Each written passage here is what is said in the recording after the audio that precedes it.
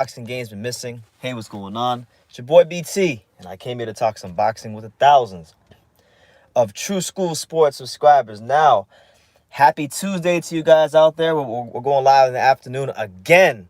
Again, we are live in the afternoon. We're making this a regular thing here on True School Sports. I'm trying to make sure you guys see this face a lot more often and we get some good world-class boxing talking. As you're tuning in, I'm asking you guys to please smash that like button, do all that good stuff, because that will be a big help to the channel. And that lets YouTube know that, hey, you're rocking with your boy BT. And you like what I'm putting out there. So if you like what I'm putting out there, don't tell me. Show me, hit that like button. But listen, there's so much to talk about in the world of boxing. I don't even know where to start. Well, no, I do know where to start, and it's the subject of this live. And we've had, listen, I've had 24 hours plus to process the news that Tyson Fury versus Anthony Joshua was signed. And I made my video yesterday, and I stated that in the video I said it was hard for me to really believe that it was truthful, that it was real. But after seeing all the reports, after seeing just like Eddie Hearn talking about it and things like that, I think it's gonna happen. I really think this fight is gonna happen. And the more time that goes by, the more that reality is starting to set in that we're gonna get this fight this year. We're not gonna have to wait much longer. It's gonna. I think it's gonna happen. Because at the end of the day, in boxing is a business. And money talks. My dad always told me as a pup, as a young man, my dad always told me, money talks and bullshit walks. And the thing with this fight is, there's just too much money to be made. There's too much attention to be had, and things that come with making that fight for it to not happen. So, I do believe that Eddie Hearn, Bob Arum, Top Rank, all parties involved have signed the contracts. I do believe that's happened. That's happened, and I do believe they will iron out a site and a venue and all that good stuff. And fingers crossed, we hear that next week. We get the official fight poster. Because this is what boxing needs. This is what the boxing game's been missing is Anthony Joshua versus Tyson Fury for the undisputed title fight. Because it's a massive global event. It's a big fight, yes, it's a big fight, but more so than it being a big fight, it's a big global event. Two Brits fight for the undisputed title. You know, you got one guy in Anthony Joshua, and the thing with this fight is that both fighters are the polar opposites of each other, which is why I think the fight is interesting, but the build-up is going to be just as interesting as the fight itself. You see what I'm saying? So you got Anthony Joshua, and he's kind of like he's the kind of fighter, and he's the kind of guy that's he's got that corporate appeal. You know, he's clean cut. He says the right things. He is the Derek Jeter / David Beckham of boxing. You know, he's got all the things outside of boxing going for him in his favor, commercially speaking. And he's a damn good fighter as well. You know, contrary to what people say, people who want to hate on AJ and say he sucks and whatnot, Anthony Joshua is a damn good fighter, and he's accomplished so much in such a short amount of time. You know, boxing in comparison to some of his peers.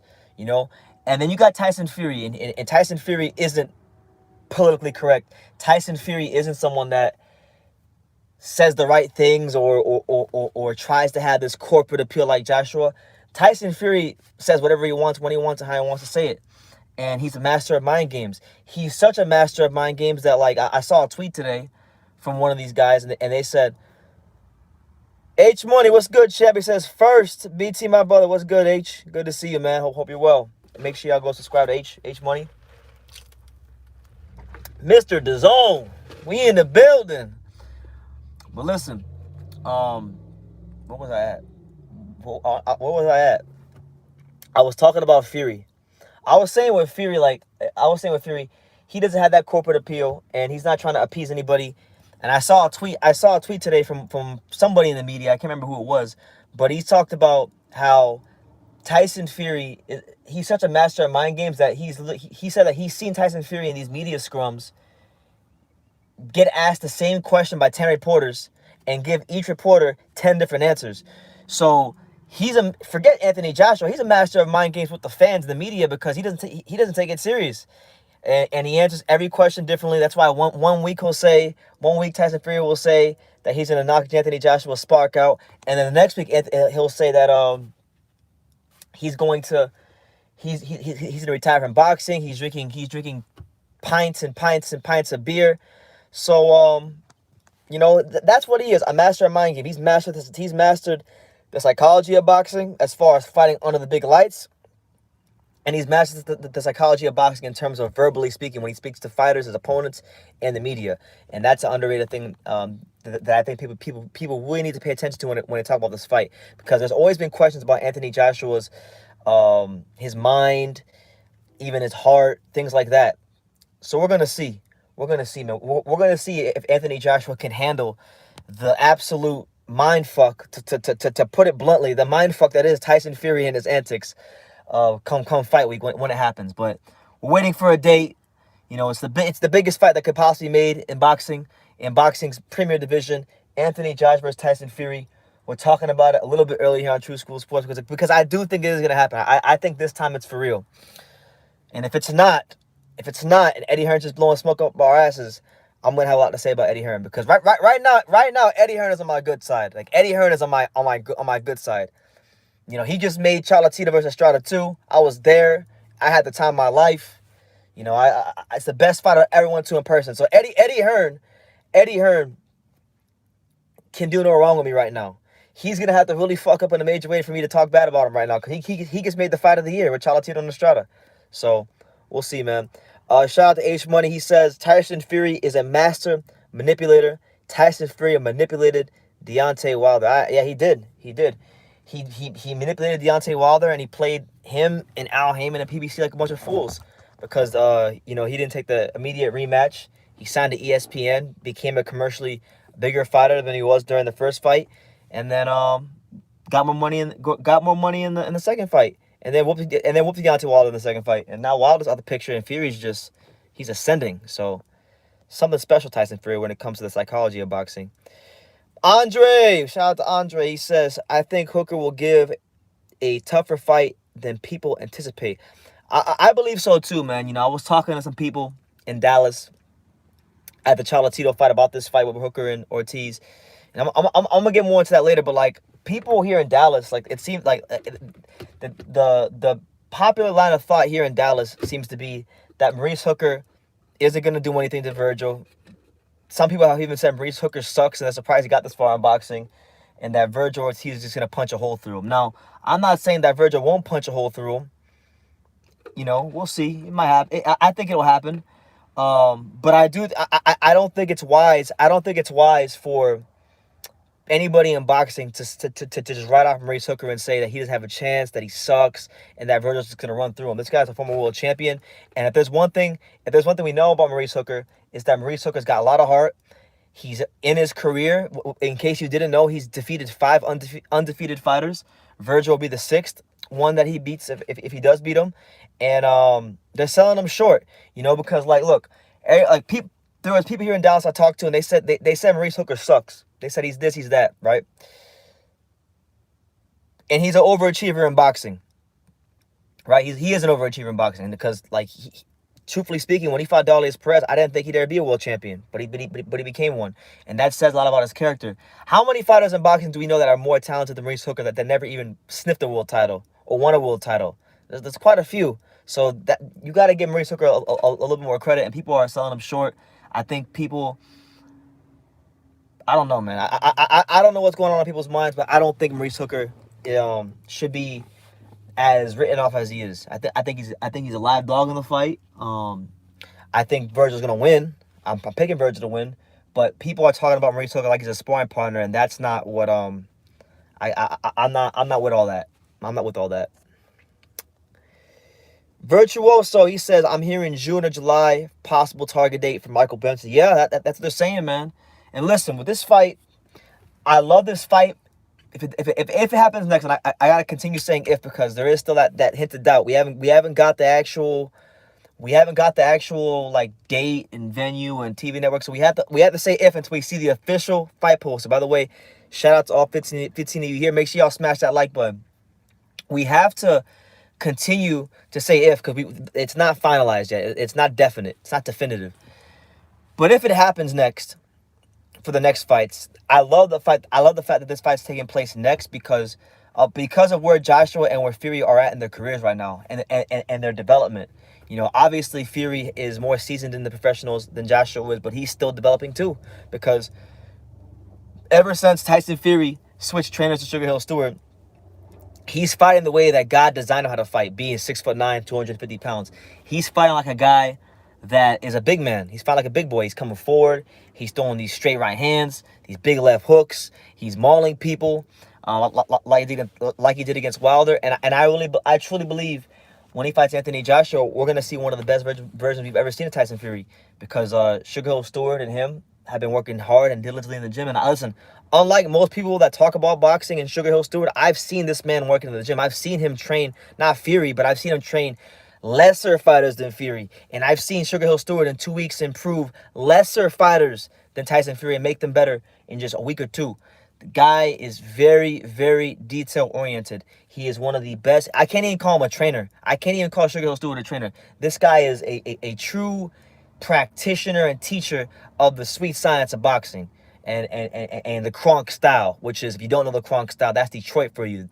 The Kronk style is throwing big right hands, coming forward, throwing left hooks, and just not leaving it in the judge's hands. But it really focuses on sitting down on your punches and landing that big right hand. So I think with Sugar Hill Stewart and Tyson Fury, it's going to be something similar to what we saw when Emmanuel Stewart and Lennox Lewis joined up together. And you know, I think people are writing him off. I think people are saying that. I've seen a lot of people who think Joshua's going to win say Anthony Joshua is going to knock out Tyson Fury. He's going to be too strong for him, and that's not true. Anthony Joshua, I'm going to say the same thing for Anthony Joshua that I said for Deontay Wilder, okay? Anthony Joshua, I mean, let me think. It's a bit different than Wilder. I'm going to say it's a bit different than Wilder because I remember before the Wilder fight, I said that Deontay Wilder has never been in or won a dogfight on the inside where two big heavyweights are mauling each other and exchanging. With Joshua, it's a bit different because he has been in a dogfight. He won the Klitschko fight. But Klitschko's a guy, he's not a fighter that gets in there and mauls you and gets physical. He's someone that, he's a classy fighter, likes to fight from the outside, likes to get you on the end of his punches. The Povetkin fight, that was almost a dogfight. It wasn't a dogfight because Anthony Joshua didn't allow it to be a dogfight. So I got to give Anthony Joshua credit there. But you could kind of say the same thing for Anthony Joshua. He's never truly been in or won a dogfight. And when I say dogfight, I mean like a fight where two fighters are consistently on the inside, mauling each other, using their physical and brute strength to push each other back. He hasn't been in one of those type of fights in my estimation.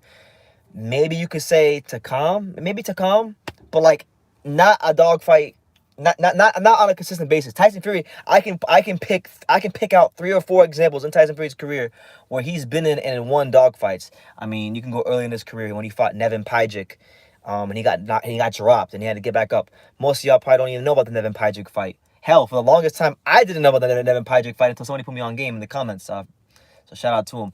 But the Nevin Pajic fight, Otto Wallen, the second Wilder fight. What other fights? There's like 3 or 4. John McDermott. I mean, even though I thought he lost the first John McDermott fight, even the John McDermott fight. Steve Cunningham. I mean, Jesus, that's like 4 or 5. That's like 5 fights in his career that you could classify as dog fights. I don't think people understand that Tyson Fury, not only has he mastered the mind in boxing, but he's mastered the ability not to just box from the outside, but if need be, maul you and just be as nasty as he needs to be in the ring to win a fight. And that's what it's going to take for Anthony Joshua. Anthony Joshua in this fight is going to have to go to deep, dark, uncomfortable places he's never gone before. And that's one of the 10,000 million things that's fascinating about this fight, if it happens. Can Anthony Joshua, if it becomes a dogfight, can he dig deep down and show people that he's got it within him to do that to Tyson Fury? How does Anthony Joshua deal with potentially going in as the underdog? Because that's never really been the case for Anthony Joshua's entire career. He's fought some good opponents. He's fought Povetkin. He's fought Klitschko. He's fought Ruiz. But there's never really been a clear-cut case in Anthony Joshua's career where going into the fight, he was the underdog. And how does he deal with that? That's going to be something interesting. And then contrastly, how does Tyson Fury handle being the favorite? Because Tyson Fury, in his biggest wins against Wilder and Klitschko, he was the underdog. All right? He was the underdog. You know, he was an underdog in those fights, and he performed well as an underdog. But then in fights where he's been the favorite, he hasn't performed as well as being the favorite. So, you know, you got two guys that I think are going to be in situations that they're not accustomed to being in, or they don't perform the best in. And it's just a lot of things with this fight, man. But let's get to some comments because I see quite a few that I missed. Shout out to my main man, Jesus M. He says, AJ versus Fury is not going to happen. And you know what? There's a part of me that still believes that, but we're being optimistic. There's 21 in you. There's 21 of you in here. Make sure y'all smash that like button. Get them likes up, man. We have 8 likes. Get that shit up to like 15. Don't be stingy. Takes 2 seconds. Haggis Supper says, Hooker could pull the upset if the weight was really hurting him that bad, which I think it was. If he can hold a shot, he could do well and land that one too. Yeah, you know, I think, look, my theory is I do think he was sucking down a lot to get to 140. There's no way he wasn't. There's no way he wasn't sucking down to get all the way down to 140. Being as tall and lanky as he is, you know. So I'm expecting a Maurice Hooker that is stronger. I'm expecting a Maurice Hooker that's sharper because he knows what's at stake. It's a Dallas versus Dallas fight, so there's a lot of hometown pride involved in this fight, and he knows that with the win here, he's gonna be a player in the welterweight division, just like that with a snap of a finger against Vergil Ortiz. And another thing people aren't talking about either is the fact that this will be Hooker's first fight with Brian McIntyre behind him and Team Crawford behind him. So we're gonna see if the Terrence Crawford factor plays a role, which is also interesting. Ronnie Diaz says a lot of people are selling Hooker short. He will put up a decent fight. He will. I don't think this is going to be one of those fights where Vergil Ortiz knocks a guy out in 2 rounds. I could see him getting him out of there in the 6th round, the 7th round, the 8th round. But this ain't going to be no 1 round, 2 round fight. If it is, then Vergil Ortiz needs to immediately fight Terrence Crawford. Immediately fight Terrence Crawford, because if you're beating up Maurice Hooker in 2 rounds, 2-3 rounds, then that's what you got to do.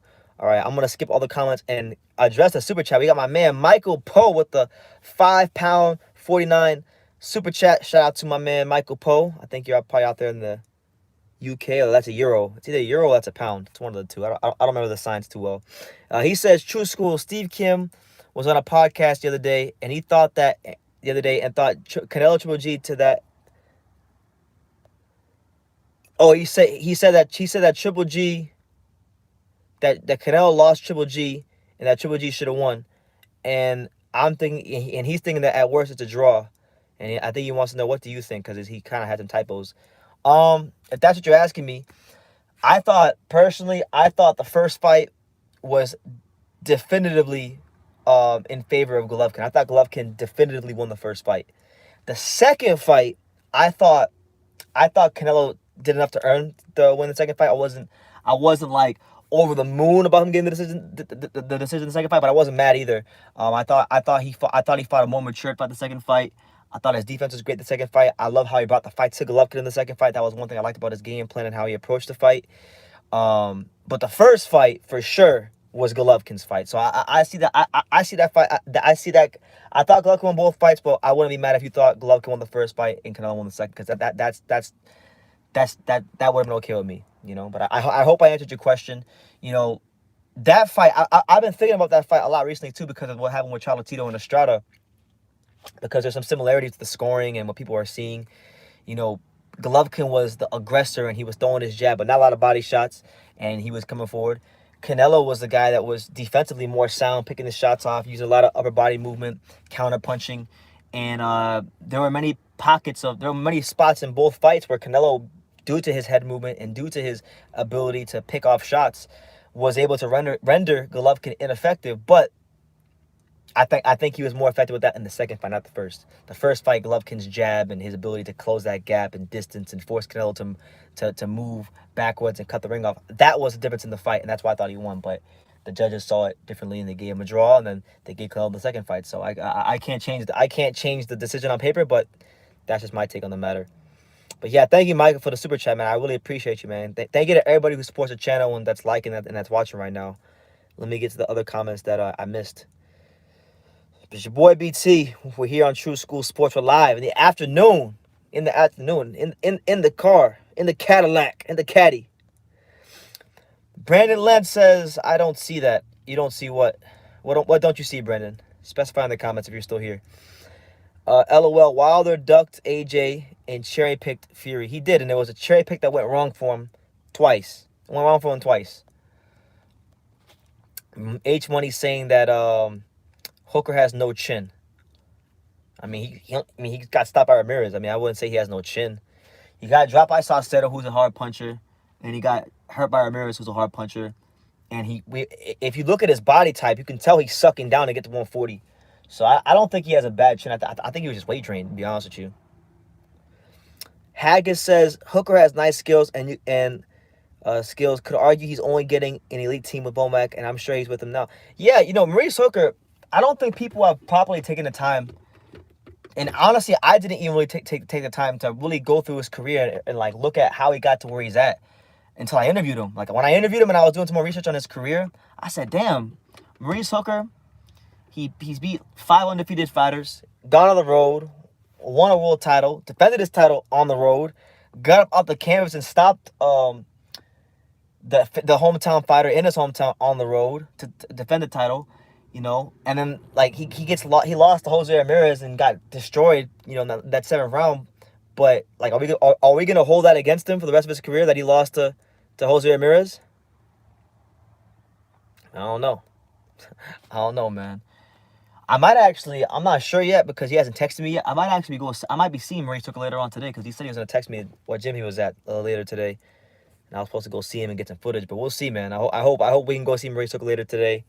If you haven't done so already, go check out the Maurice Hooker interview on True School Sports. It was great stuff. I enjoyed it.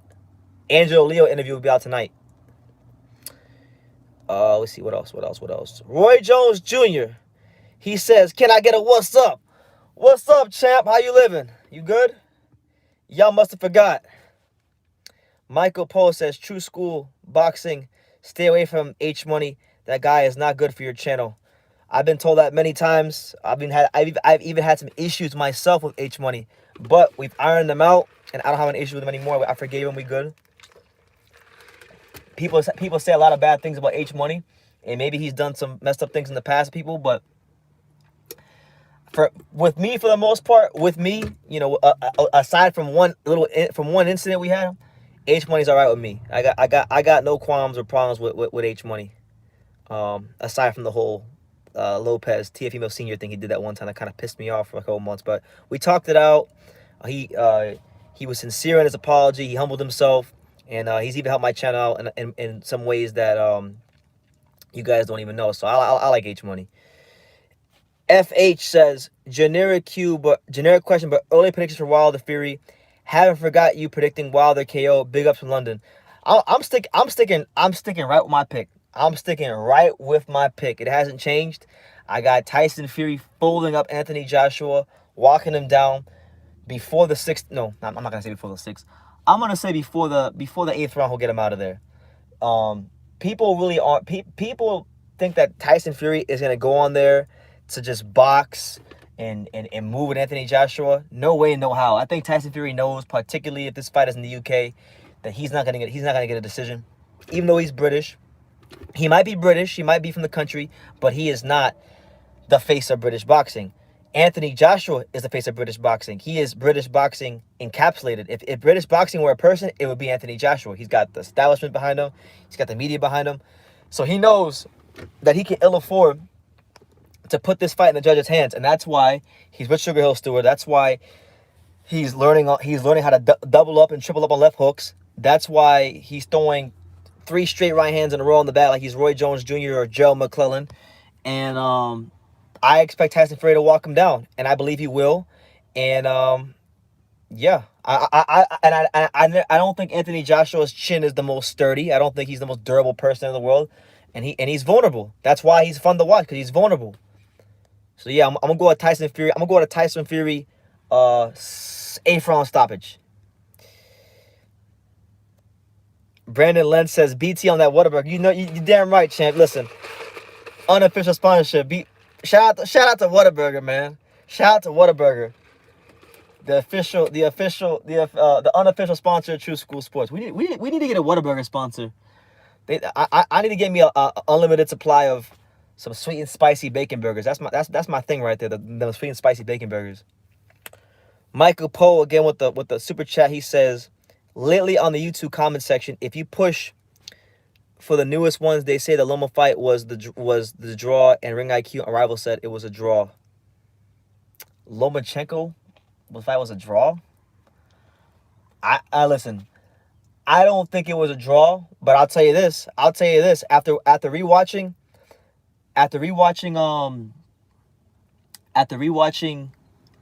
the Chocolatito fight with Estrada, like, I watched it once, like, the full fight, and then this morning I watched the extended highlights on the Zone.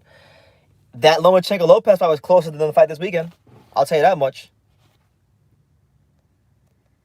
I'll tell you that much, man. I thought Lomachenko-Lopez was closer than Chocolatito versus Estrada this weekend. I'll get into that as we progress. Brandon Len says his arms are so long, it's like his hooks are coming from behind you. I think he's talking about Hooker. Keenan KTV, what's good, champ? I see you. He says King BT, what's up, man? I hope you're well. He said Keenan K talking hella crap. He said, okay, BT pick Fury. Now go ahead and put your house on AJ. Go ahead. Why not?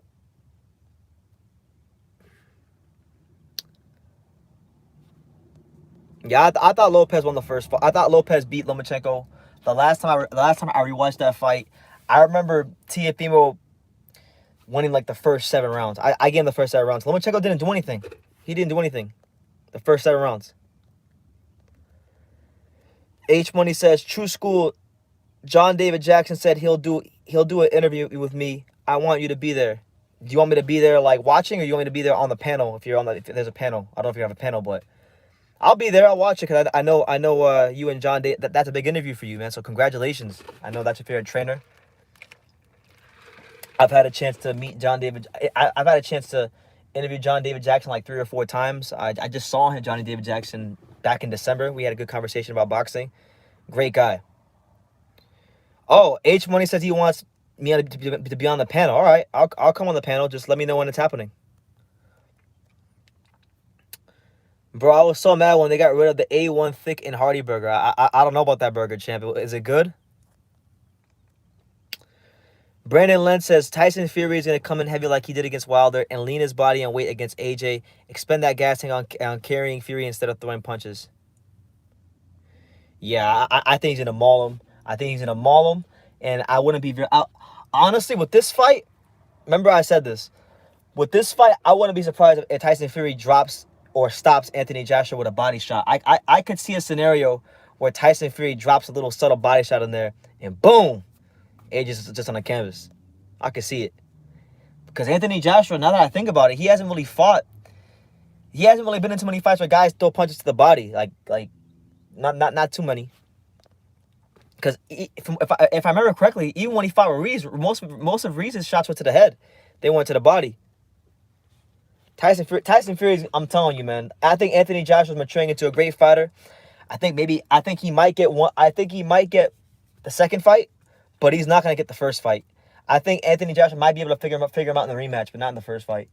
I think in the first fight's gonna come down to who's the more skilled fighter, who can win fights in more different ways, and who's willing to go to those deep, dark, and uncomfortable places more in the first fight. In the second fight, I think if Anthony Joshua beats up Fury enough in the first fight, he'll soften up a little bit, and then he can get him in the second fight, but not the first fight. And plus, we know Tyson Fury, he's like this, and he's not the most consistent person in the world. So I think that would actually play into Anthony Joshua's advantage in a rematch, not the first fight. Not the first fight, though.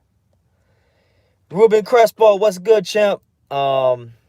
He with the super chat. Shout out to Ruben Crespo. Coney Island, stand up. Coney Island in the building. Make sure y'all smash that like button. It's your boy BT, the untouchable True School Sports. True School in the afternoon. We here, man. Hey, Ronnie Dio says he ain't buying it. He's not buying what I'm selling. He says that Joshua's gonna stop Fury and that there's no way in hell Tyson Fury's gonna maul Anthony Joshua. We're gonna see, man.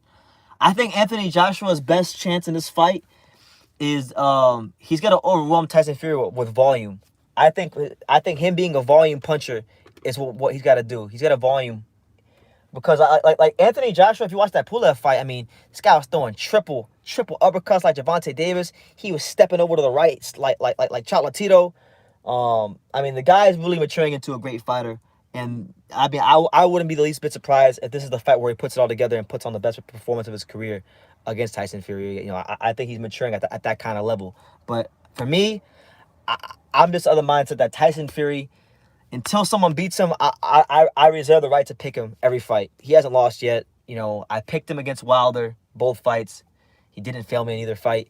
I picked him against Klitschko, you know, and he hasn't failed me yet. So, and the thing is with him, he doesn't struggle. He's a funny fighter. He never struggles in big fights. His big fights, there's never a problem. It's always those fights you never expect with him, like the lesser fights, like Otto Wallin, Nevin Pajek, Nikolai Furta, John McDermott. These are the fights where he has problems. Sebastian Seb says, what do you guys really see in Tyson Fury? That's a great question, Sebastian, and welcome to the channel, man. I appreciate you. He says, what do you guys see in Fury? So I'll tell you what I see from my perspective, from my 4 eyes. I'll tell you what I see. When I look at Tyson Fury, I see a fighter with extreme mental toughness, just extreme mental toughness. I see a guy that, as you saw in the first Wilder fight, you know, you're gonna have to literally nail him to the canvas to beat him, and that might not even be enough sometimes. I see a fighter with extreme toughness, both physical and mental. I see a fighter with the ability to box on his back foot, slip and move like a light heavyweight, super middleweight. I see a self-confident, self-assured man. I see a fighter that, as he gets more time with Sugar Hill Stewart, is becoming an aggressive, come-forward fighter with a big right hand and a left hook, like your Kronk fighters of the past, like your Jarrett McClellans and fighters like that. You know, you guys know the names that fought for Kronk. I just see a guy that's a complete fighter in every sense of the word. Every attribute you'd want from a fighter, except for maybe elite punching power, he's got it. Technically, he's a good fighter. He moves well. He's got good balance. He's got good fundamentals. Toughness, grit, self-confidence. He's got everything except power. But I think power, as much as boxing fans talk about it, as much as I talk about it, power can be underrated.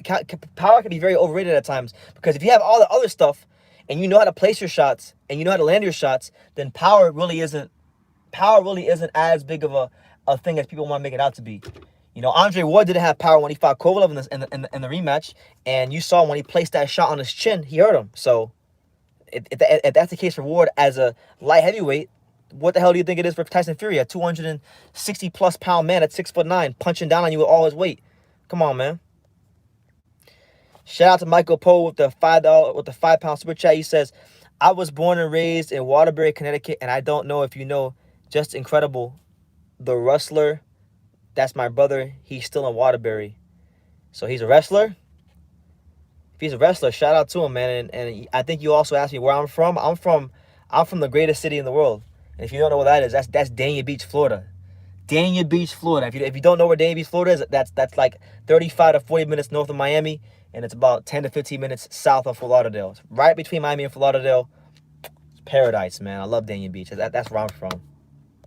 But right now, I'm not in Dania Beach. I'm not in South Florida. I'm in Texas right now. I'm a Texas boy right now. Shout out to my man Lyndon Jones, Boxing Therapy. I see you in the comments, man. He says he won't be pushing AJ around like Wilder. Not early on, but he will. He will at some point. At some point in that fight, he's gonna start mauling Anthony Joshua. James Burrow says Anthony Joshua is a great student of the sport. It might be interesting. No, it's gonna be a great fight. I'm not sitting here saying it's a mismatch or that Anthony Joshua has no chance. I just really believe.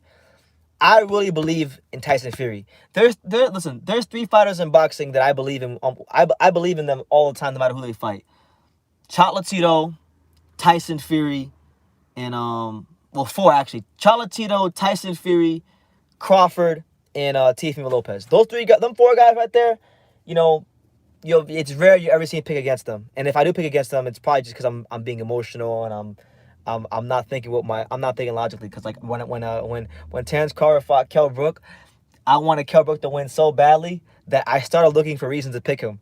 That's one thing that I gotta get better at. Sometimes I want a fighter to win so badly that I'll start looking for reasons why I think they should win, and if I see a reason or two, I latch onto it and I pick them even if it's delusional. And I did that with that fight. Even though my initial prediction was accurate, I thought Crawford was gonna beat Kell Brook, but you can't do that. You can't do that. Oh, when you brought up Waterbury, that's why I thought. No. I didn't say Waterbury, Michael. I said Whataburger. Whataburger. Not Waterbury, but Whataburger. It's a top flight burger joint here in Texas if you don't know. Jairo Galvez, what's good, champ? He says, the real champ. We know who the real Thanos is. We know whose belts belong to first. That's the one. There's only one Tyson Fury. He knows the deal. He knows the deal. There's only one Tyson Fury. Ruben Crespo says, yo, BT, that Berlanga card looks like it's going to be good. It's going to be out there in Florida. Yeah, it's not going to be in my area. It's going to be in Kissimmee, Florida. It's the Boricua card. The all Puerto Rican card. You're going to have Christopher Pitufo Diaz against Emmanuel Navarrete. That's a good fight. You got Xander Zayas on that card. You got Edgar Berlanga trying to extend the greatest winning streak in all of sports with his first round knockouts. He's taking on Desmond Nicholson. So can Desmond Nicholson be the first guy to get out the first round? We'll see, man. I'm not going to be at that fight, but I am going to try to get Pops and Alex some press passes for that fight. That's on my agenda, to get them some press passes. I want Pops. Pops is going to start doing some interviews. He's got some interviews scheduled up to do himself. So, yeah, hopefully we can secure some press passes for that fight in Kissimmee for True School Sports. We can get you guys some content. Craig Finch says, yo, True, have you calmed down after the Saturday night fight yet? Well, you brought it up, champ. You brought it up. So, hold on. Look, before I start going off about the Chocolatito and Estrada again, because I watched it again in its entirety, and I watched the extended highlights this morning, okay? All right? Now, I'm going to sip my damn Dr. Pepper. I'm going to get to you right now. Hold on.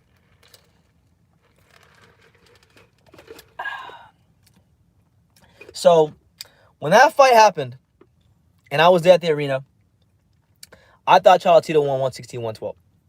Okay? I rewatched it again. I rewatched the fight again. And I thought Chocolatito won it 116-112 again.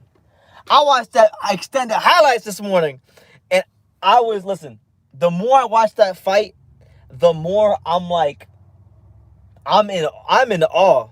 I am in absolute awe of the defensive mastery of Chocolatito Gonzalez. This guy, cause Guy was throwing a lot of punches. He came to win on Saturday. I can't take that from Guy. He did some really great things, subtle things as far as turning with Chocolatito to cut off his angles. He fought an intelligent fight, but Chocolatito rendered this man ineffective. He was parrying a lot of punches. He was slipping a lot of punches, and he was the effective aggressor in the fight. And the more I watch the fight, the more I'm seeing that Chocolatito Gonzalez, it was, in my opinion, and listen, you guys gotta keep in mind, this is my favorite fighter. I have studied his career inside and out. I love this. I know this guy's career. His fight against Gaio Estrada might have been defensively the most masterful performance of his career.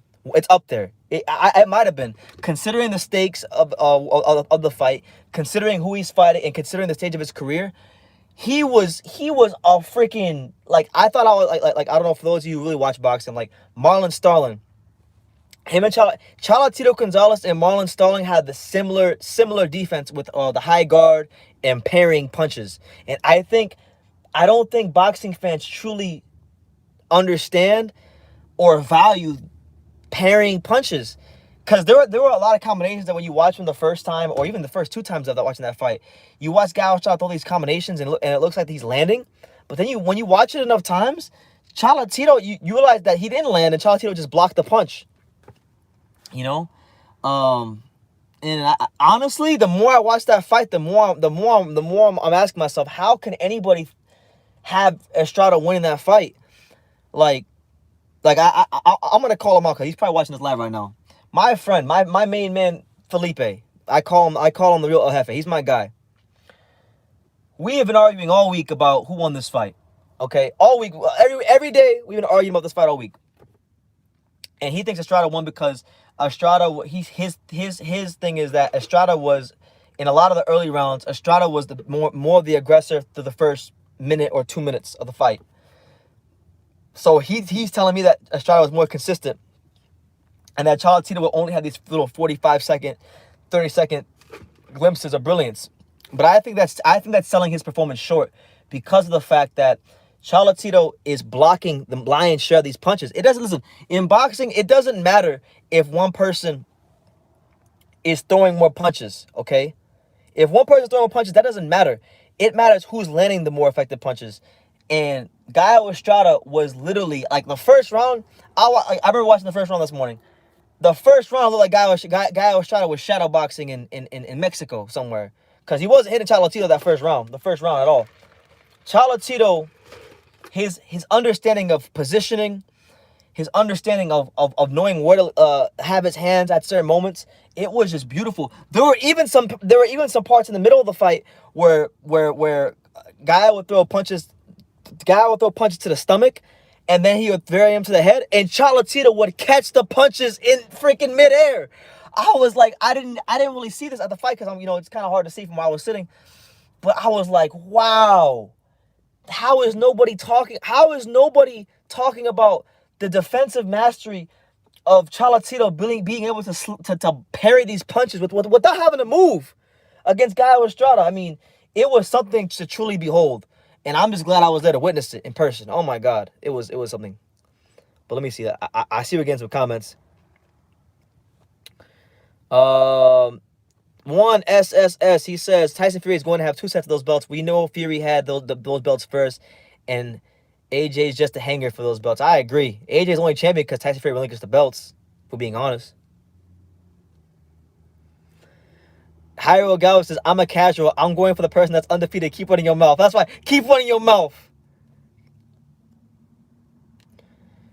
Brandon Lentz says, I'm amazed how successful Fury has been with bad body build and genetics. Well, that, like, in the heavyweight, but really in general, but like especially the heavyweight division, that, like, it doesn't matter. It doesn't, that stuff doesn't really matter. Like, you're having the muscles and I guess bad body build. Plenty of fighters had bad body build and were successful in the history of boxing. One guy recently who was fat as hell at cruiserweight, but I thought had a good career, was Tony Bellew. He wasn't the most, like, his build wasn't the best. Chocolatito, I mean, at 115, his build isn't the best.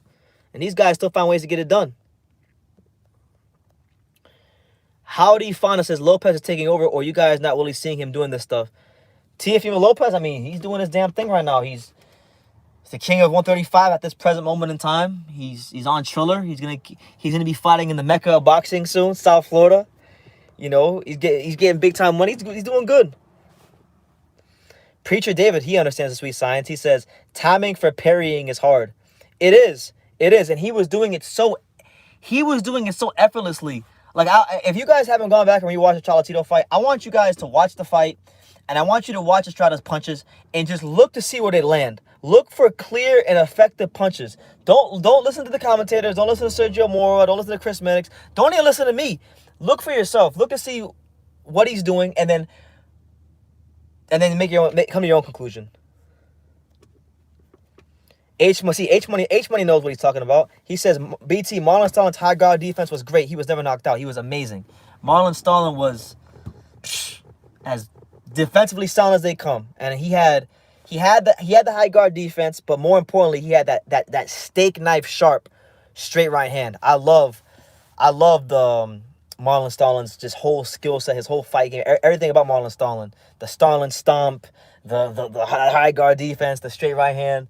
I wanna watch some more of his fights because I remember a couple months ago I had just started watching his career. I watched like 3 or 4 fights, but I want to watch even more of his fights because he's something to really watch. Freaking H Money said he wants to start a beef between David Benavidez and Demetrius Andrade. Nah, I'm good on that one, champ. I'm good. If they start a beef, I'll talk about it, but I'm not gonna start no beef. I'm good, man. Pancho Villa says, shout out to Juan Francisco Estrada. And I'm not reading the last part of that statement, Pancho, because that's not what he is. There's only one real TBE, and that's Chocolatito Gonzalez,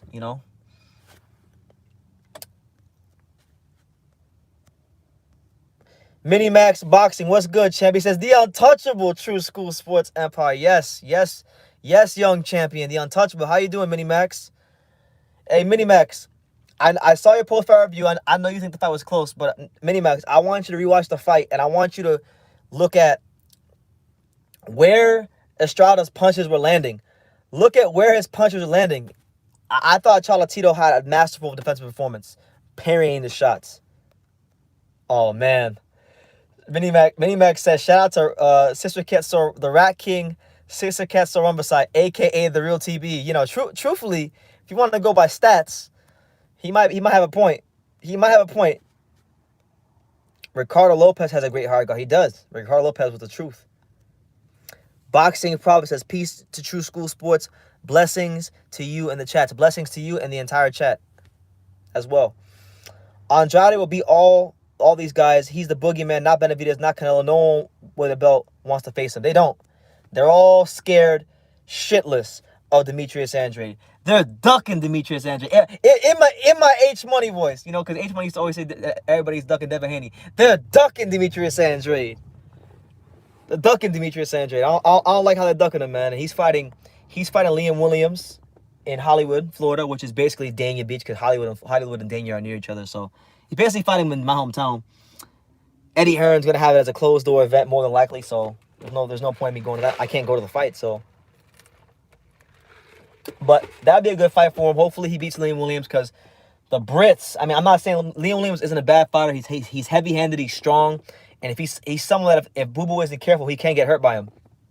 But he's pretty straightforward. He's pretty, you know, there's nothing crazy that comes with him other than he's heavy-handed.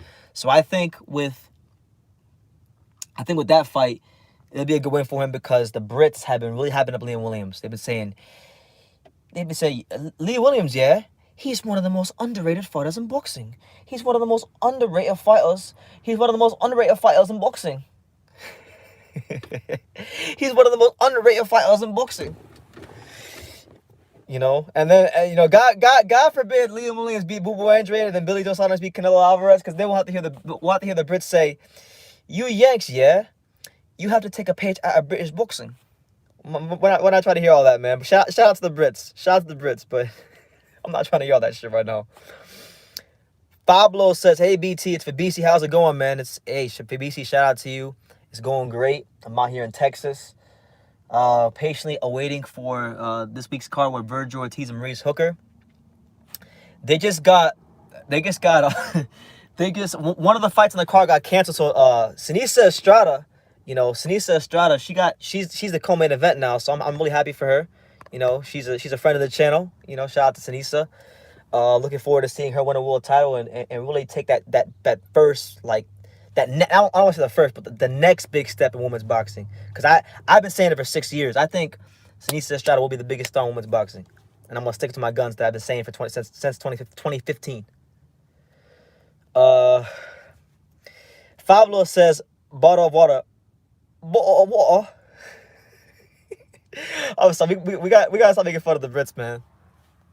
But you know what? Since we're doing British impressions, I'm gonna do Canelo Smith, because, all right. So I don't know what happened. I guess my phone was overheating a little bit. So y'all gotta excuse my phone for overheating. If it cuts out, it's only because my phone's overheating. So my bad. My apologies to you guys. But what I was saying is, I've been doing a lot of impressions. I've been doing the Canelo Smith impression. So this is my Canelo Smith impression for you guys. So when Canelo Smith was getting ready to fight Canelo, this is what he was saying. He was like, "I think I'd be stupid not to use me size. You know, I'm one of the biggest super middleweights in the world, and I gotta use me size, use me hands, me speed, me jab, use me hands." And he said, "I'm one of the biggest super middleweights in the world." I did it better earlier, but like, you get the point. I think I'd be stupid not to use me size, me jab, me hands, me foot speed. Oh man. Pablo says, "How about Tyson Fury? I can beat the bodybuilding dusser with one hand behind me back." Yeah, man. Antonio whatever, Antonio, he says, BT Lakers all day, every day. Not even the Nets will stop the Lake show. Hey, Antonio, the Hornets are playing the Lakers on Thursday. We about to beat your ass on Thursday. The greatest show in basketball coming. LaMelo Ball, Terry Rozier, Scary Terry, Malik Monk. We coming, bro. The Hornets. But yeah, man. It's gonna be a good week of boxing, man. Thursday, I know we got rings.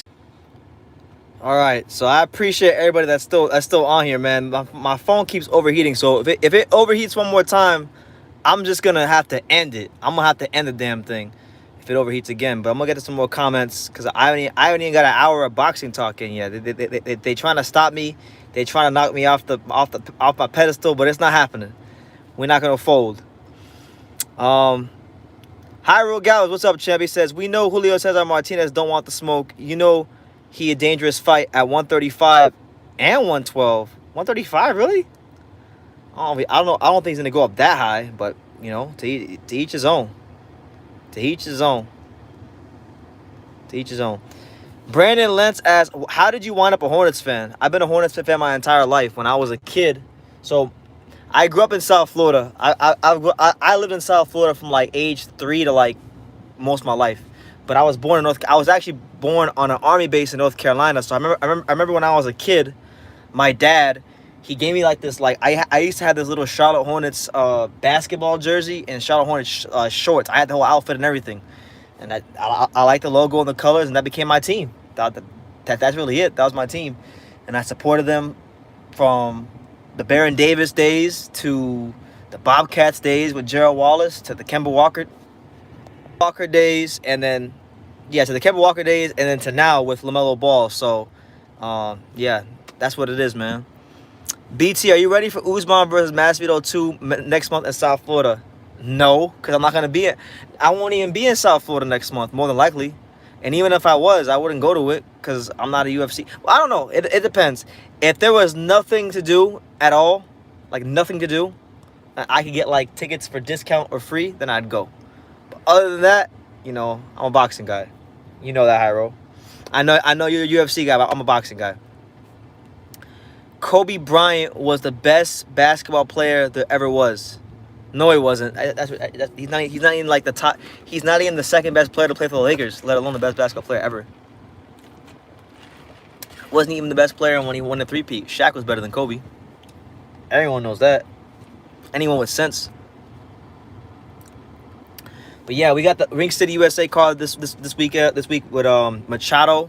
He's trying to build his career. He was supposed to fight Hector Tanahara, but Hector Tanahara, I think he pulled out with an injury, so now he's fighting somebody else. So we'll see how good Machado is. We'll see if Machado has a chance to do anything and make something of himself in the sport of boxing. What else is going on? You have Amanda Serrano is fighting Danielle Bermudez, and that's gonna be a great fight because that's a matchup of two female fighters that are top 10 pound for pound. This could be a fight that Serrano winds up losing, so you might want to tune in just for that alone. You got Marcela Cornejo, I think, on that card. You know, she's not very good as far as boxing, but she's nice to look at. So yeah, that's what it is there. Oh, Artur Beterbiev. I keep forgetting. Artur Beterbiev is fighting this week. And that's welcome news because Artur Beterbiev, you know, as far as his record goes, he's as good as it gets in boxing. He's what, like 17-0 or 16-0 with 16 knockouts. I mean, guy knocked out and retired Alexander Vazdik. Unexpectedly, we didn't think Vazdik would retire, but you know, when you fight Beterbiev and you get hit by him as much as Vazdik did, hell, I would retire too. Reconsider your whole damn life with Artur Beterbiev in there. He's fighting. I forgot who he's fighting. I think he's fighting Adam Denise or something like that. I think that's his name. So we'll see, man. I want Beterbiev to go on there and have a statement performance so he can create some demand for bigger fights. Like, obviously, I know people who don't like Canelo. The fight that they're dying to see him take, which he'll never take, will be against Beterbiev because a lot of people think that Beterbiev will beat Canelo. I'm not one of them. If they fought, I would pick Canelo. I think Beterbiev is way too chinny to fight Canelo. And I think Canelo's too smart for Beterbiev, in my opinion. I think Bivol is actually, of the other guys at light heavyweight, I think Bivol is the tougher fight. Beterbiev would lose to Canelo if they fought. What do you guys think? Who do you guys think would win between Beterbiev and Canelo? And why? Don't just tell me who, but tell me why. You see, I know I missed quite a few comments. But it's your boy BT. We're live here in the afternoon, trying to get at least an hour of boxing talking. You know, my phone it tries to overheat, but we're here. We can't be defeated. We will not lose. Jason Conway says Canelo versus Bivol at 168, and Bivol has already said in the past that he would go to 168 and make that fight because financially it makes sense for him to do that. And I think when you consider his frame, his body type, he could make 68 if he really tried. And that would be a hell of a fight. That would be the kind of fight where if Canelo were to beat him, I have to give Canelo a lot of credit. It would change my perception of Canelo because, as you guys know, I don't really view Canelo as highly as most of the people in boxing. I think he's a great fighter. I think he's an A-level fighter. But, you know, he's very carefully, him and Eddie Reynoso are carefully picking opponents. Very carefully picking opponents. You know, they're not trying to fight any one of the four guys that could give him a big fights. You know, they're not trying to fight Boo Andrade, who will give him a tough fight. They're not trying to fight Jamal Charlo, who will give him a tough fight. They're not trying to fight Deb Benavidez, who now just became he's about to become mandatory because he just won a WBC eliminator this past week. So they're not trying to fight him, and they vacated the belt when they could have fought Bivol. So he fights Bivol and beats him. You know, I'm going to have to really put some respect on Canelo's name. He beats Charlo, Andre, Benavidez, or Bivol. I will have to put some serious respect on that man's name. Because I don't see it. I don't see him taking those fights, let alone beating him. Forget beating him. I'm not even sure he'll take those fights. I'm of the mindset that I think that once he becomes undisputed, if he becomes undisputed, he's going to retire from boxing. That's what I think is going to happen. I think Canelo will retire from boxing once he becomes undisputed at 168. And then people will say he left the game on top, and you know he doesn't got nothing to prove. And then people like myself and people who don't like Canelo are gonna say, well, no, he didn't fight this guy, this guy, this guy, and this guy. He's ducking like 4 fighters, so he better make it happen, quickly and swiftly. But yeah, it's your boy BT. You guys got any questions, comments, thoughts, concerns? Let me know. Let me know in the comments. Let me see. I know I missed some comments up top. Brandon Lynn says Isaac Cruz might be the most one-dimensional fighter I've ever seen. Yeah, he's pretty damn one-dimensional, but he's pretty good at that dimension. He makes that one dimension work for him, Brandon. That one dimension works for Isaac Cruz. Let's see. But yeah, man, if y'all haven't taken the time to watch Chocolatito Estrada again, watch it and watch Chocolatito how he parries these punches, you know, and slips these punches from Estrada. It was defensive mastery. Estrada was aggressive, but it was ineffective aggression, honestly. But yeah, I think on that note, guys, let me see if there's no comment. I'm gonna wait like 2 minutes. If we don't get no comments in 2 minutes, I'm gonna get up on out of here because my phone's overheating. And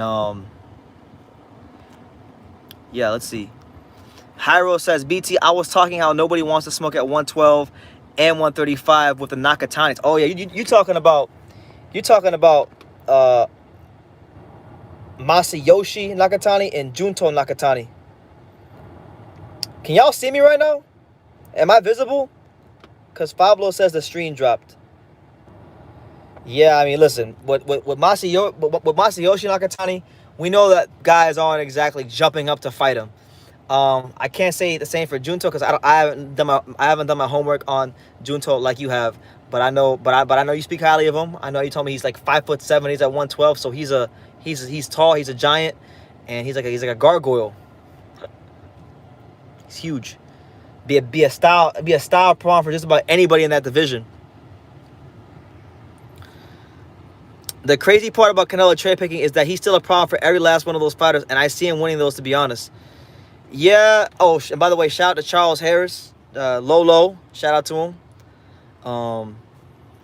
You know, I'll be honest.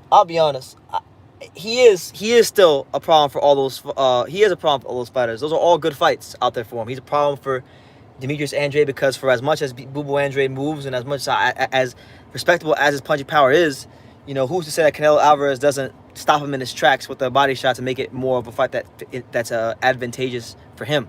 You know, Benavidez is a fighter that likes to sit there and trade. So, you know, who's to say that Canelo Alvarez doesn't slip one of those punches and hit him with a big uppercut? Bivol is a really good fighter, but we don't know how he's going to do in a dogfight, so we'll see. And then, what was the other one? Bivol, Andrade, Benavidez. Oh, and Charlo. Jamal Charlo has the size and the jab to really give Canelo some problems, but his problem, I think, will be the fact that maybe his punches don't have enough angles or dexterity. His punches are very straight, which isn't a bad thing, but Canelo Alvarez has become a master of slipping these damn punches. So I could foresee a scenario if he fought Jamal Charlo where he's slipping a lot of these jabs and giving him some serious problem with his counterpunching. I think the best fighter out of everybody who has a chance to beat him, and I'm gonna hold true to this until proven otherwise, I think it's Demetrius Andrade. I think Demetrius Andrade, his combination of size, speed, you know, punching power, respectable puncher. I'm not saying he's an elite power puncher, but he punches hard enough to get your respect. That's why a lot of times he'll hurt these guys in the first, second round, and it's actually the opponents that make it a boring fight. They run away from him, and he's just content to box for 12 rounds. He's not the kind of fighter that's going to put the extra emphasis to try to get the knockout, because his mentality is, why do I got to do that if I don't have to? Charles Harris says Canelo will be chasing Andrade all night. Yeah, and it'll be a tough fight for him. He'll be chasing Andrade, and he'll be getting hit with some big hard flush shots. You know, and I'm not gonna say it'll be like the Mayweather fight, because I don't think any fight will be like the Mayweather fight, because Floyd's just on another level than these guys. But you know, I don't think Canelo Alvarez I don't think he's a different fighter. Everybody says he's become this different fighter. I was watching the Mayweather fight a couple days ago. He's the same fighter he was back then. A flat-footed counterpuncher. The only difference now is he's got more rounds in the bank, so he's more comfortable. His upper body is more comfortable. And it's more loose than it was when he fought Mayweather. And he's been fighting these slow-footed guys like Callum Smith and Daniel Jacobs and Avni Yildirim and Rocky Fielding and Golovkin. So it's really, he's a good defensive fighter, but how good of a defensive fighter he is, his abilities as a defensive fighter, they're being exaggerated greatly because of the guys he's fighting. And you gotta give Eddie Reynoso credit, because they're picking the right opponents. Undisputed Bomba Squad says, I'm sorry, but Kai Gucci was trash. Man, he reminds me of another WBA Ring Magazine champion, that Callum Smith. Oh man, you gonna compare Kayaguchi to bum ass Callum Smith? Come on, man, we can't be doing that. I know he didn't look good against El Mini Vega, but come on, man, he's not Callum Smith bad. You disrespecting him. You calling him a C-level fighter. You basically just call Kayaguchi a C-level British fighter. We can't be having that. Andrade doesn't fight enough. Yeah, I mean, he hasn't been active enough, but he's fighting April 17th to be back in action. And you said he doesn't punch like that. And I never said he was an elite puncher, but whatever he's hitting these guys with, it gets the respect. Like, for example, I'll give you some examples. I won't just talk. When he fought Suleski and Arthur Akavov, these are two guys that are like mid-level contenders. Akavov had a fight with Billy Joe Saunders in which he damn near won and took the title from Billy Joe Saunders. That fight could have won either way. Akavov, when he fought Saunders, was coming in all the time, the whole fight, 12 rounds. But when he fought Boo Boo and he got hit, he went into defense mode. Same thing with Suleski. Suleski was coming forward, barreling right on top of Jacobs, you know, trying to fight him and really make a fight of it. You know, with him, he got dropped the first round, almost got stopped in the first round in Rhode Island. And same thing with him. He went into defense mode the rest of the fight. So he may not have the best punch power in the world, but when he hits these guys, he gets the respect. And I'm telling you right now, it'll be no different with Canelo. He will hit Canelo, and because of where he's hitting him from and the angles, Canelo's gonna get frustrated. I'm telling you. Mad Dog H says Canelo has improved a lot in my eyes. he's improved, but like I think his level of improvement is exaggerated. I think he only looks improved because of the styles he's fighting. You see what I'm saying? If you put him in there with guys who are movers like Demetrius Andrade, or I guess now we'll see with Saunders. We'll see with Saunders. You know what? We will see with Saunders how much he's really improved, because Saunders will be the first fighter he's fought who you could classify as a slick, you know, above average, world level technical boxer since what, Mayweather, Lara, and he didn't look good against those guys. So we'll see. Duat Vlog says, "Where's Deontay Wilder?" Deontay Wilder is now where Deontay Wilder was when he was coming up as a prospect and a contender. He's in witness protection. He's in witness protection program. I like Wilder, but man, he needs to get real with himself. Golden Boy might bring Canelo to the U.S. Kaiguchi versus Canelo we're supposed to fight. Keep an eye out for the 108-pound unification between Elwin Soto and Rene Alvarado. Yeah, man. You know, and you guys might not know this, but after Saturday night, I'm now like I am now 5% Nicaraguan apparently. So Rene Alvarado, he coming. I'm supporting all the Nicaraguan fighters. Chocolatito, Felix, and Rene Alvarado. We coming, man. My people are coming. Nah, I'm joking. But Ken Shiro versus Kaiguchi, that's a good fight. You know, after what I saw, I've seen 3 of Kaiguchi's fights. I've seen like 2 or 3 of Ken Shiro fights. I think Ken Shiro will beat Kaiguchi. Do you think Trevor Bryan will get a shot?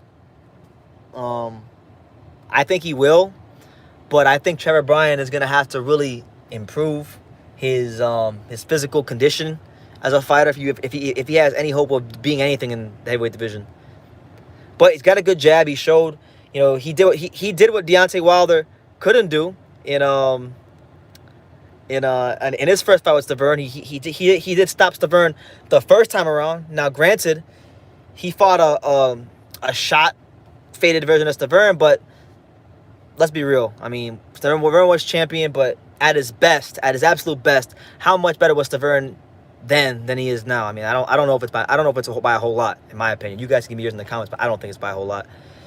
Charles Harris, he says, and I shout out to him with the super chat. He says, Lolo the coldest is different. And yeah, man, I know H Money's been telling me a lot about Charles Harris, so I'm gonna have to interview you guys soon. I told H Money that I would like to interview you guys soon. I got like 2 or 3 interviews I gotta knock out. I gotta knock out like 2 or 3 more, and then I'm gonna get to you guys. If you guys are down for it, I'm not gonna force nobody to do anything they don't want to do. Chad Fletcher says BT is pulling in Elizabeth Warren. Isn't that the politician? What do you mean by that? I feel like you insulted me, but I don't really know. That one's kind of over my head. She's the politician, right? She ran for president. Crazy girl. Make sure y'all smash that like button. Support the channel. Bam Rodriguez would stop Kaiguchi. I've seen him stop El Mini like 5 times in sparring not too long ago.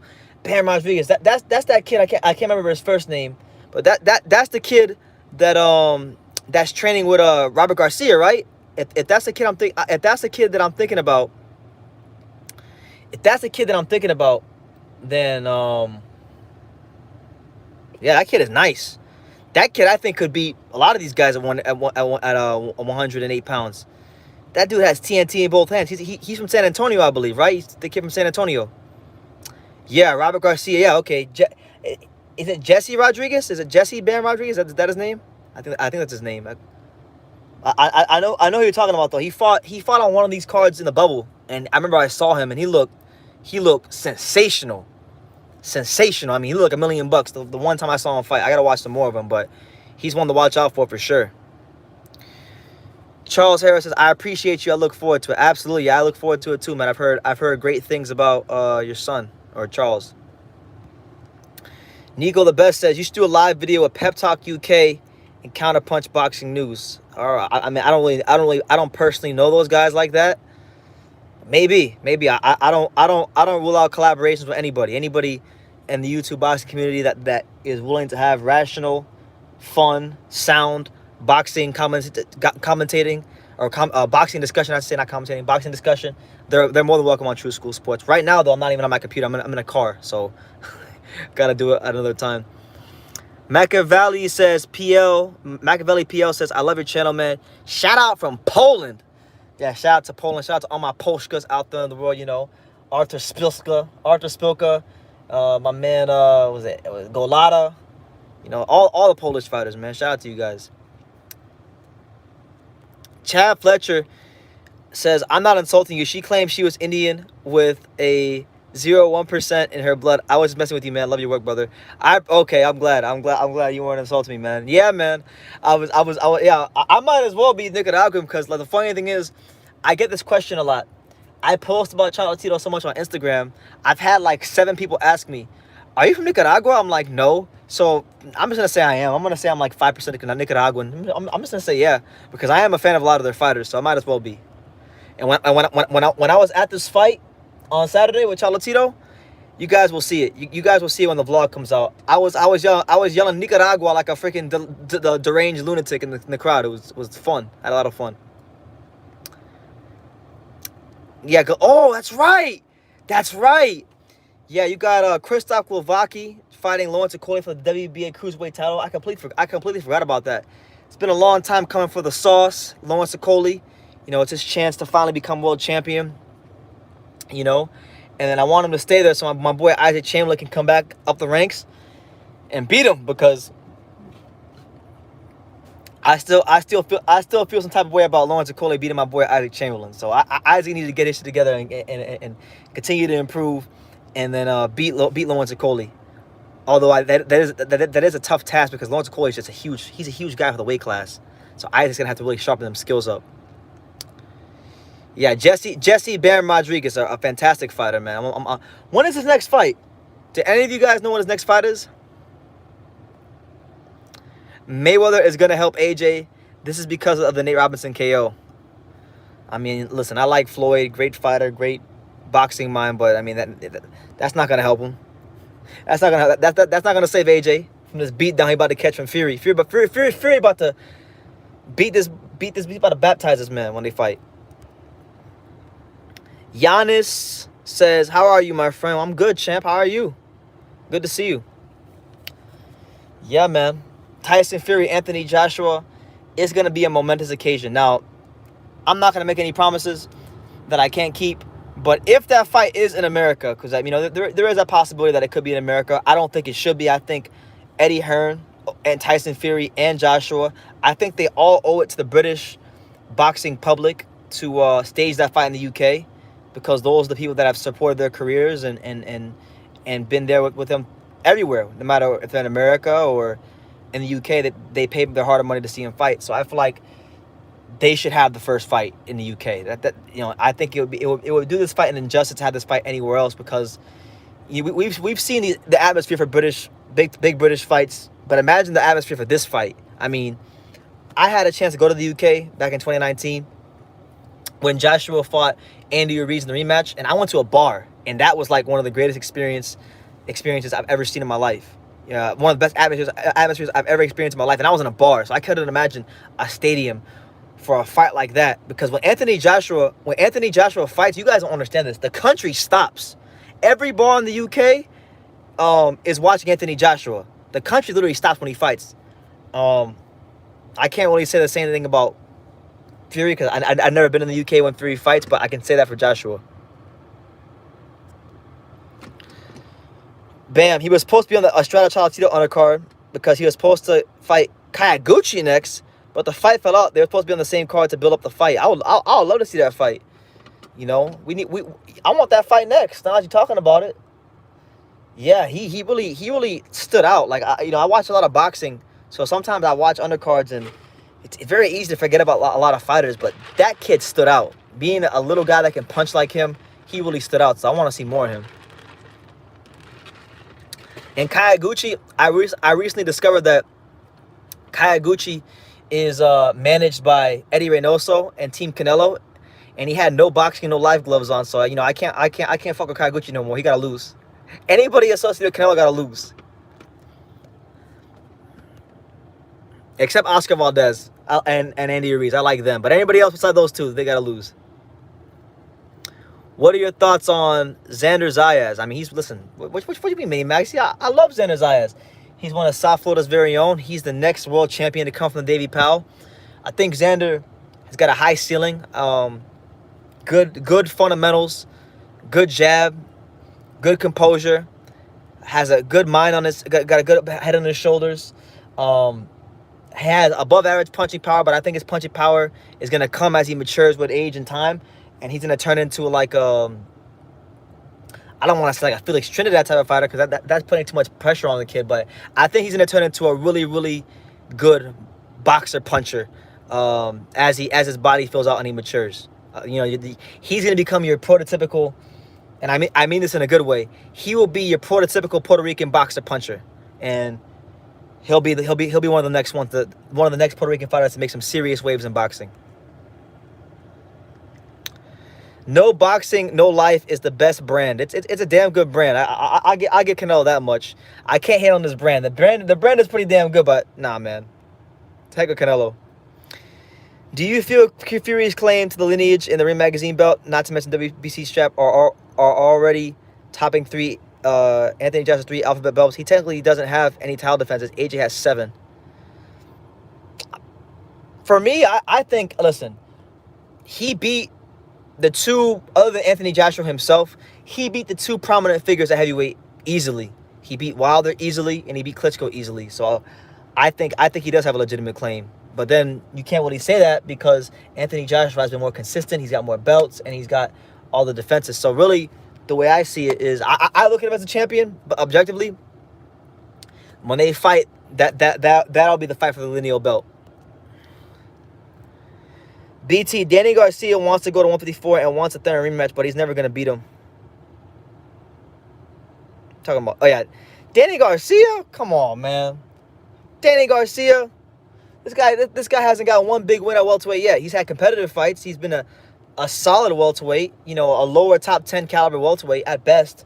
But he's going up to 154. I saw an interview of his on Fight Hype, and he was talking about going to 154 to fight Jermell Charlo, a.k.a. Mr. Keep Running Your Mouth, at 154. And what I heard when he said that was that he wants to get knocked out for the first time, because that's what's going to happen.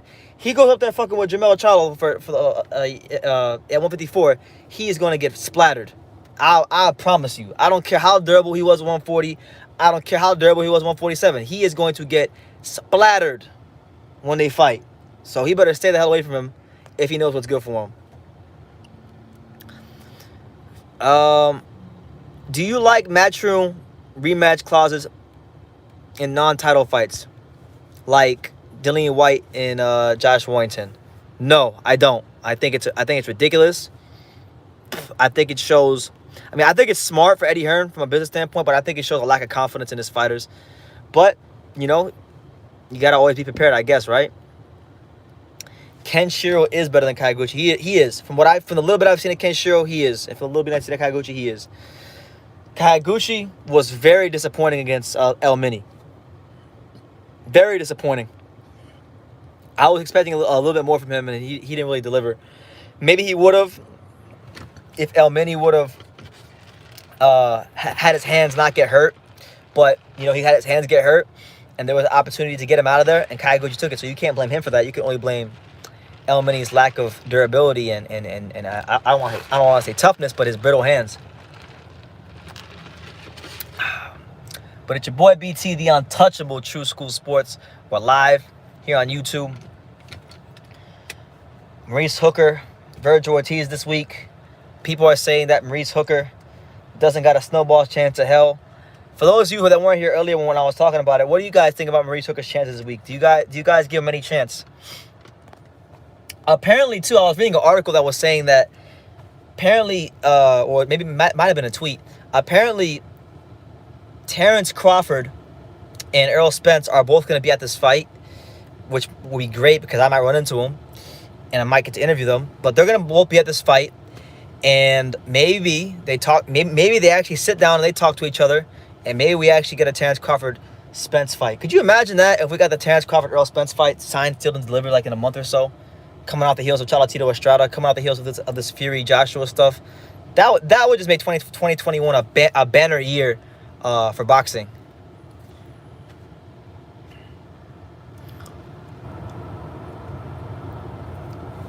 Hyro says, oh, he's asking Minimax.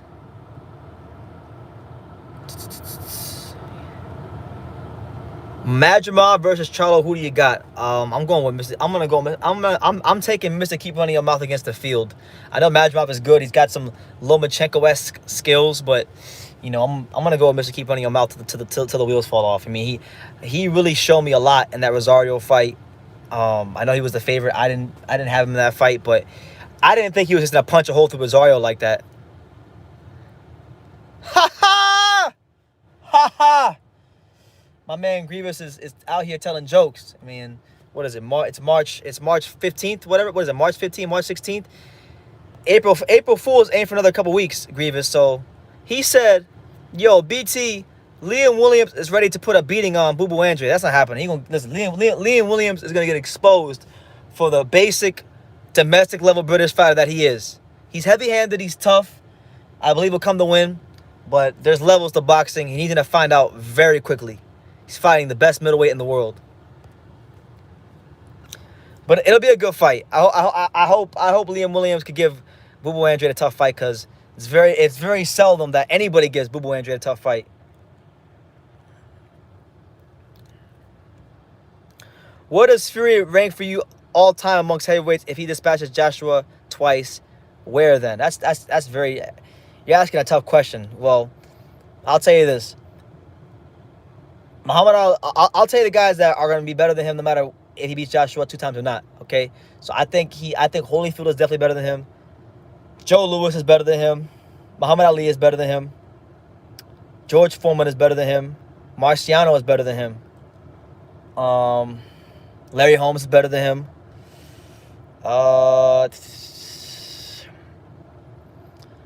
And then after that, let me see. I'm trying to think if I'm missing anybody. Foreman... Lennox Lewis, obviously. So you got about, I think you got about a good 7 to 8 heavyweights that even if he beats Joshua twice, that are unquestionably better than him because of the fighters they beat and the depth of the resume. Could you put Fury over a guy like Riddick Bowe in terms of his resume and his accomplishments and his career? Potentially so. Even now you probably do that because Riddick Bowe didn't have the depth, but Riddick Bowe did beat Prime Holyfield. He was the first guy to stop Holyfield. So you got to put him in high regard too. I'm going to say he cracked the top 10 with 2 wins over Joshua. I think right now, for me, historically speaking, I would have Fury somewhere in the top 15. Maybe 20. I don't know. That's something I got to really sit down and think about. Because you got to think about all the old heavyweights like you got freaking Gene Tooney and Dempsey and all them guys. And Jack Johnson and Max Schmeling and Carnera and Floyd Patterson. I have to really sit down and think about that one because he might not even be as high as I think he is. I might be just putting him there because of recency bias. Oh man, Fablo says Marciano's overrated. No, he's not. I hate him. Listen, I have a whole video on this too. You probably seen it, but like I did this like documentary style video. Rocky Marciano is not overrated at all. You guys are crazy that say that.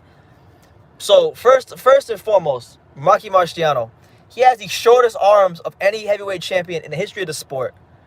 He's the first and only, well not the first, but he's the only heavyweight champion to retire undefeated. And then okay, he beat 3 Hall of Famers. He beat Ezra Charles. He beat Joe Walcott. He beat Joe Louis. They say all these guys were old. When he fought Joe Louis, he was an underdog. And Joe Louis earned that shot against Rocky Marciano. And then before he even got to those guys, right?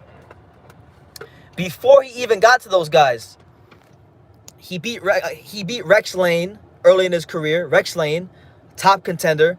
Rex Lane, if I'm not mistaken, if my memory is correct, Rex Lane beat Ezra Charles himself. Was it Ezra Charles? I can't remember who it was. It might have been Ezra Charles. Rex Lane beat Ezra Charles or Bob Satterfield or someone that was like highly rated, who he wasn't supposed to beat. And then when he was getting ready to fight Marciano, Marciano was underdog against Rex Lane.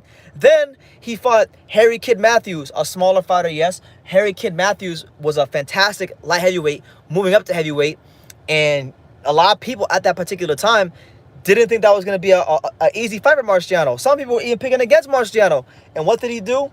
What did our main man Rocky Marciano do what we call it, Kid Matthews. He folded him up. He folded that man up like a blue steel chair at Yankee Stadium, like The Rock, like Chris Jericho. He straight decapitated him. Okay, and anybody he fought, I don't care if it was Walcott, I don't care if it was Lewis, I don't care if it was Carmine Vigo early in his career when he put him on a freaking stretcher. I don't care if it was Rex Lane. Rocky Marciano beats you up. He threw grown. He is the epitome. You know on True School Sports how we talk about grown man punches. He is the epitome of grown man punches. If grown man punches were a person, it would be Rocky Marciano. Don't play with me when it comes to Rocky Marciano. Rocky Marciano underrated. He's actually underrated. People say he's overrated so much because they want to discredit his wins against Joe Louis because Joe Louis was such a revered figure, and rightfully so. I love Joe Louis myself. They want to discredit him against Walcott. They want to discredit his win against Charles. But they don't take the time to look at the early stages of his career when he fought Rex Lane, when Carmine Vigo was a promising prospect and he put him on a stretcher, ended his life. And Daniel ended his life when he fought Harry Kid Matthews, great light heavyweight coming up. They don't appreciate these things. Yo, he lost the first fight to La Starza and they gave it to him. You talking about Marciano? I mean, yeah. They made La Starza fight a lot more before the rematch when he was weak. Lewis was old and more. And Charles, match made him how they did Chocolatito. Put him against good black fighters when they were old. Why does everybody always gotta make it about the whole race thing? I understand like that was a thing back then. But like, why can't people just say? Why do people find it? Why is it so hard for people to say Rocky Marciano was one of the all-time greats? Like he's the only all-time great heavyweight that whenever I say this guy was an all-time great heavyweight, there's like extreme pushback. Why is that? It can't be because he wasn't a great fighter, because that's not true. You know, this guy had all the odds against him to have the career he had. The guy turned pro at 25 years old. Okay. Rocky Marciano turned pro at 25 years old. All right? So the odds are already stacked against him because you don't have the amateur background that guys like Ali had and whatnot. He didn't have Golden Gloves and Olympics, all that stuff. Okay? Then they put him in tough with guys like Rex Lane, Carmine Vigo, and he overcomes those with flying colors. You know, a guy, and he had to learn on the job. Then he fights great fighters, all-time great fighters. It's like the way they discredit Marciano, saying that he beat an old Lewis and he beat an old was it Archie Moore and an old old Joe Louis, Archie Moore, and I think it was Ezra Charles or no Walcott. That's like saying like that's the equivalent like 100 years from now if somebody says, oh yeah, Estrada, yeah, he beat an old Roman Chocolatito Gonzalez. He beat a guy that was past it. But yeah, he might have been past it, but he's still a damn good fighter. And it's the same thing with those guys. Yeah, they want the best versions of themselves. We understand that. I acknowledge that. I'm not ignoring that fact. But they're still dangerous enough to beat you. He's an all-time great heavyweight, sure. You can't say a guy who beat Ezra Charles and Joe Walker was it. But when people put him in the top 5 and stuff, nah. Okay, well, who would you definitively put above Rocky Marciano? I would say Joe Louis, Ali, Holyfield, and then after that, it's debatable. It's debatable. I mean, what, Larry Holmes? Maybe? Larry Holmes? We can go Larry Holmes. I'll give you Larry Holmes. But even after, Larry Holmes. After that, who else? Who else is there? How are you going to discredit a guy who went undefeated with the? How do you discredit a guy who went undefeated with the shortest arms in heavyweight history? I don't know how you do that. I mean, that's just me though. Especially when you look at the fact that he wasn't just a guy that went undefeated fighting bums and old fighters. He was a guy that went undefeated and beat the odds multiple times in his career because for whatever reason, people love to just gloss over the fact that he was an underdog going into the Joe Louis fight. He was an underdog going into the Rex Lane fight. And then he knocks him out. And then they say, oh, Rocky Marciano ain't shit. He ducked Sonny Liston. They took that fight from him. Nah, man. Rocky Marciano, to me, is a definitive top 5 heavyweight. You're not going to disrespect Rocky Marciano. To me, not putting Rocky Marciano in the top 5 for heavyweights is disrespectful to the sport of boxing. It really is. And look, everybody always talks about if he would have fought Muhammad Ali, what would have happened, right? They said, oh, Muhammad Ali would have boxed circles around Marciano. And I think sometimes with Muhammad Ali, like, look, I like Muhammad Ali. I have a deep appreciation for Muhammad Ali because he trained in Miami at Fifth Street Gym, a gym that I go to a lot. They have street signs in Miami. They have streets. You guys don't know this, and I just found this out recently when I was driving my moped down South Beach about a month ago. They got streets in Miami named after Muhammad Ali. So I love Muhammad Ali. I come from the place where they got streets named after Muhammad Ali. But I think sometimes because of what he did out the ring, in all the documentaries they've done about Muhammad Ali, I think, yes, he was great, but I think people romanticize how great he was. Like, they romanticize him like he was this unbeatable fighter when he's the same guy who had a tough fight with Doug Jones. Debatably lost to Doug Jones. Then this is the same guy who fought journeyman like Chuck Wepner and got dropped. Got dropped by Chuck Wepner. So if Chuck Wepner's dropping him, if slow-footed Chuck Wepner's dropping Muhammad Ali, what the hell do you think Rocky Marciano had the chance to do if he would fight Muhammad Ali?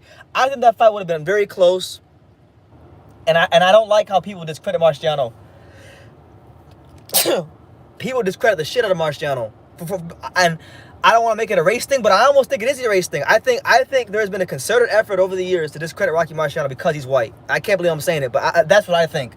I truly believe that because anybody who's really done their due diligence on that man's career, from the way he trains to how he came up to how he turned pro to what he did in his championship fights, there's no way on hell you could fix your lips and flap your gums and say that Rocky Marciano was an overrated heavyweight.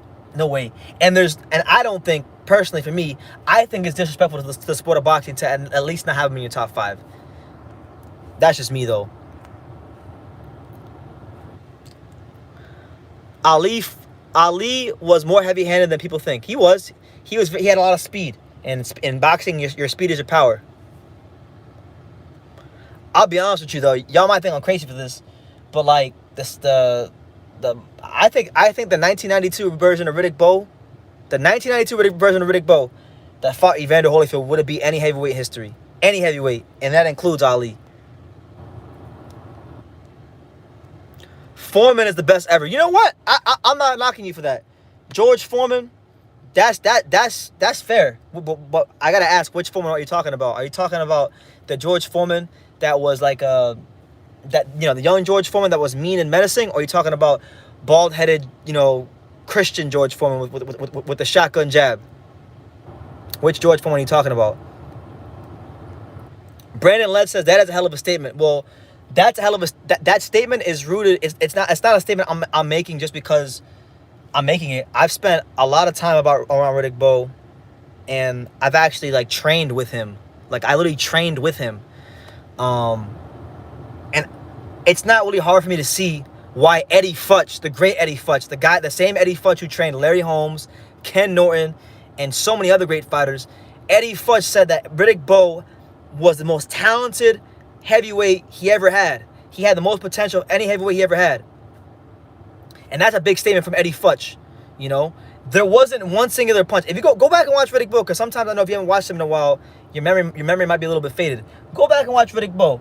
There wasn't one punch that man did not have. He had an A-level jab. He had an A-level straight right hand. He had an A-level left hook. He could fight on the inside. He could fight on the outside. He could box. He could slug it out. He could bang. He had heart. He had durability. He had a chin. People don't... I know his resume lacks the depth, and we know he wasn't dedicated, which is why he cheated himself out of his own legacy. But come on, man. Riddick Bowe in 92 that fought Holyfield? That guy could have been any heavyweight in history. Any heavyweight. I don't give a crap. Pick an era. You pick an era. Pick an era. You can pick the Ali era. You can pick now. You can pick the 2000s. You can pick the 80s. I would give the 1992 Riddick Bowe who fought Holyfield in the first fight a great chance of beating any fighter in history. This guy had everything. He had natural talent. He had durability. He had a chin. He had a heart. He had speed. Because what made Riddick Bowe special, I don't think people understand why Riddick Bowe was such a special fighter in terms of his talent. He didn't grow like size-wise until like later on in his life. So he fought as a light heavyweight he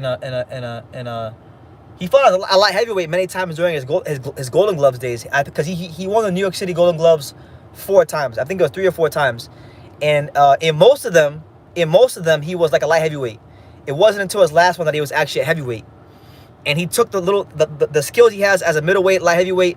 He took them up with him to heavyweight. They never left him. That's why when he fought Holyfield, he could outfight guys like Evander Holyfield on the inside. Ask yourself that question: how many heavyweights in the history of heavyweight boxing could outfight a prime Evander Holyfield on the inside? I'd be hard pressed to name more than 1 or 2. You know. Somebody asked, did I watch Riddick Bowe versus Lennox Lewis in the Olympics? I did watch it. Lennox won. I thought, you know, in my opinion, I thought Lennox Lewis was, I thought the referee helped him out, in my opinion. I thought he helped him out. He was winning, he was landing the shots, but I think the referee was a little bit too quick with those 8 counts. But that's just my opinion. The Olympic boxing is a lot different than the professional game. So, you know, it is what it is. People say that Riddick Bowe avoided Lennox Lewis. Right? They say Riddick Bowe avoided Lennox Lewis. And that's not true. He didn't avoid Lennox Lewis. He wanted to fight Lennox Lewis. He did. You know, and I've had this conversation with him many, many times. I've had the conversation with the man personally. And unbeknownst to you guys, I've been calling Lennox Lewis's office because on the internet they have Lennox Lewis's phone number to his office on his website. I've been calling that number every single day for the last like 2 weeks, and I've been trying to get Lennox Lewis on True School Sports for an interview because I want his side of the story. I would love to have that conversation with Lennox Lewis, because if you go back and you watch the interviews from that time, like, Lennox knew that the WBC was going to strip Riddick Bowe whether they made the fight or not, that he was getting the belt no matter what. He was basically awarded the belt the same way that Devin Haney was when he fought when he became champion. It was the same type of thing. And he hid behind the WBC, you know? And Riddick Bowe's team made 2 offers to fight Lennox Lewis. Was the purse split crazy? Yes. You know, the first one was 80-20. The first one was 90-10. But Riddick Bowe was the man. He earned the right to dictate terms. So if Lennox really thought he could beat him, he would have taken the fight. And he didn't take it. Him and Frank Maloney didn't take the fight. So, you know, it was what it was there. But yeah, man. Well, listen, we're gonna have this conversation again later when I'm live. I gotta actually get out this live. But when I'm live again, one of you guys remind me to pick back up where we left off about Lennox Lewis and Riddick Bowe and who avoided who, because we are gonna talk some more about that. But I have to go right now. It was great talking to you guys. Thank you guys for supporting the channel.